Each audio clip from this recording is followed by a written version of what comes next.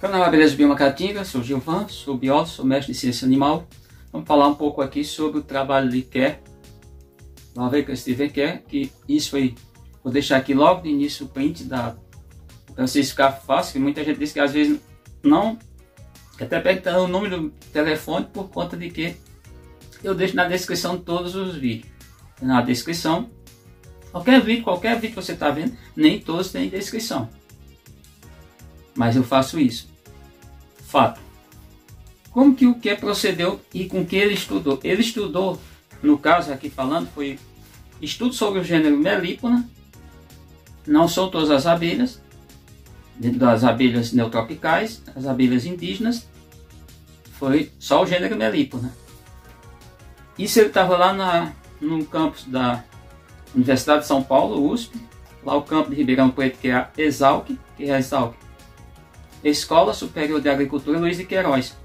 E ele concluiu em abril de 1948. Foi a conclusão do estudo. Bom, vamos partir do princípio que a gente tem para entender essa questão, o que Kerr encontrou e como foi que encontrou. E esse quarto que tem de princesas, mais ou menos, é relativo. Entendam, você tem tinha aí cerca, na época, uns 50 e poucos, 60 anos dos trabalhos, da conclusão dos trabalhos do Mendel, Gregor Mendel.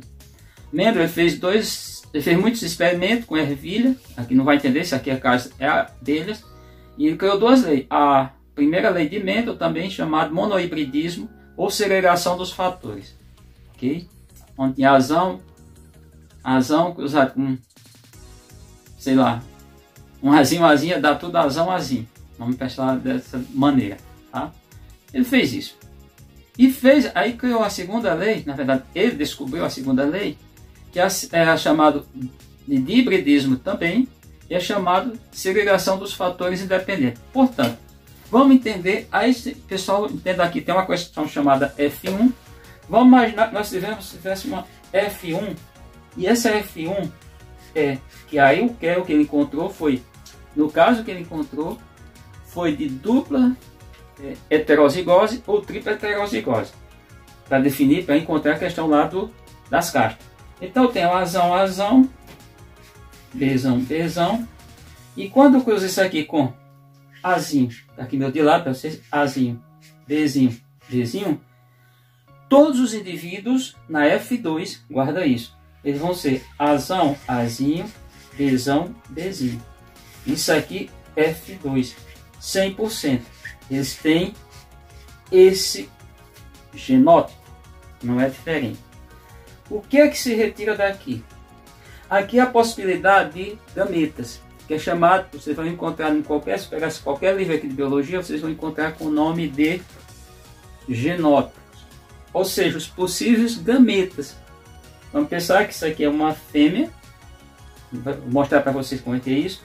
Então, quais são as possibilidades aqui? Eu tenho azão, Bzão, isso é uma possibilidade de formar um gameta. Outro, azão, Bzinho, possibilidade de formar outro gameta. Claro, isso aqui é só em termos de, para explicar, didático. Eu tenho um azinho, um Bzão e um azinho, um Bzinho. O que Kerr encontrou é, por exemplo, esses bichos aqui, se eu tivesse aqui, vamos imaginar aqui, se eu tiver azinho e Bzinho, isso aqui só há a possibilidade de formar, todos os gametas vão sair azinho, Bzinho. Eu vou pular aqui para outra página, acompanhe isso aqui que eu fiz, vou escrever aqui o cruzamento de Kerr. O cruzamento de Kerr foi, vamos imaginar que ele cruzou, ele chamou isso aqui de um indivíduo, não cai, Gilvan. Isso aqui de outro indivíduo, ele cruzou esses dois indivíduos. O que o Kerr cruzou? Ele cruzou azão, Bzinho, azinho, Bzão, azinho, e ele cruzou isso com azinho, Bzinho. Nós vamos trazer aqui para o outro lado da página. Eu vou até escrever assim para ver se fica melhor, para ficar visível para vocês. Vamos imaginar que isso aqui é um indivíduo, azão, Bzão, azão, Bzinho, azinho, Bzão e azinho, Bzinho. trace isso aqui, entenda. Fazer aqui como se estivesse numa aula. E qual é o outro indivíduo que tem lá? Que seria, por exemplo, gameta formado por zangão. Só Azinho, Bzinho. Isso é um Bzinho, tá, gente? Isso é um Azinho. Quando cruza esses indivíduos aqui, esse com esse dá Azão, Azinho. Esse com esse dá Bzão, Bzinho. Isso é 1/4. Esse aqui é o genótipo da princesa. Vou separar até aqui assim, para ficar mais visível, vocês entenderem. Esse com esse vai dar Azão, Azinho, Bzinho. Só Bzinho. Bzinho. Vai ficar, não tem como apagar, não apaga. Bzinho, Bzinho. Esse com esse, usa sempre assim. Esse com esse dá Azinho, Azinho, Bzão e Bzinho. E esse com esse vai dar Azinho, Azinho e Bzinho, Bzinho. Isso aqui também é 1/4. Isso é 1/4, isso é 1/4. O que que acontece? Para nascer, agora desafio porque isso foi perguntado, desafio qualquer cientista dentro de uma parte básica. Pega um livro aqui de ser humano. Isso aqui não é um indivíduo heterozigoto cruzado com homozigoto. Quando esse indivíduo aqui é homozigoto, mas o que?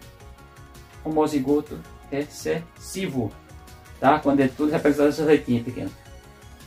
Para ter condição de nascer uma rainha, uma princesa, isso aqui é a princesa, nenhuma dessas outras aqui é princesas, no caso gênero Melípora, tem que cruzar, absolutamente tem que o indivíduo, vamos imaginar, por quê? Porque esse indivíduo aqui ele vai produzir, esse indivíduo aqui vai produzir esse tipo de gametas aqui, tá?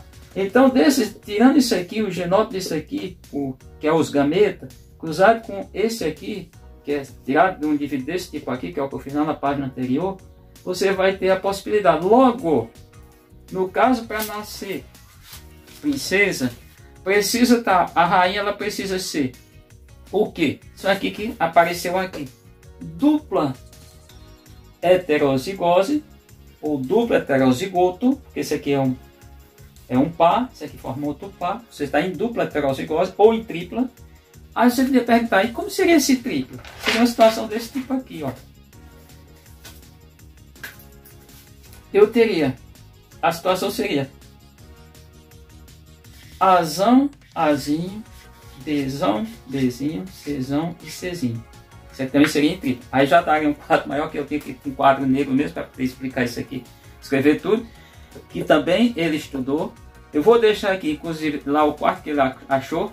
Mas a possibilidade, não há outra possibilidade para ele obter, no caso para obter, sim, para continuar nascendo, sempre nascendo princesas operárias. Esse é o perfil, vamos pensar, o genótipo, o genoma teoricamente, do zangão. Tem que ter esse cruzamento desse jeito. Se não tiver esse cruzamento aqui, não vai dar isso. Não vai ocorrer isso. Isso é a segunda lei de Mendel. Então, o trabalho do Kerr foi incrível, porque ele viu. E aí vamos, para a gente entender. Esse processo, eu digo que é alimentar genético. Ou seja, para acontecer o nascimento de essas castas, é diferente, nunca confundir. Eu não sei, porque não foi estudado, não sei, mas provavelmente também nas trigonas, mas nas melíporas acontece semelhante isso aqui, dessa explicação, diferente, totalmente diferente de Apis. As espécies do gênero Apis, o que acontece? É alimentar. Quando larva recebe só o alimento larval, não é alimentado com outro tipo de material, vamos pensar assim, outros nutrientes, a princesa, ali fica uma princesa. Quando recebe outro tipo de alimento, aí nasce operárias, nasce zangões. Essa foi a grande sacada. Olha, isso tinha pouco tempo. Se a gente for pensar, isso é 1948, é a década de 40. Olha a importância do que?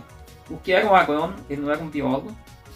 Ele se tornou geneticista, porque ele dizia que era um biólogo por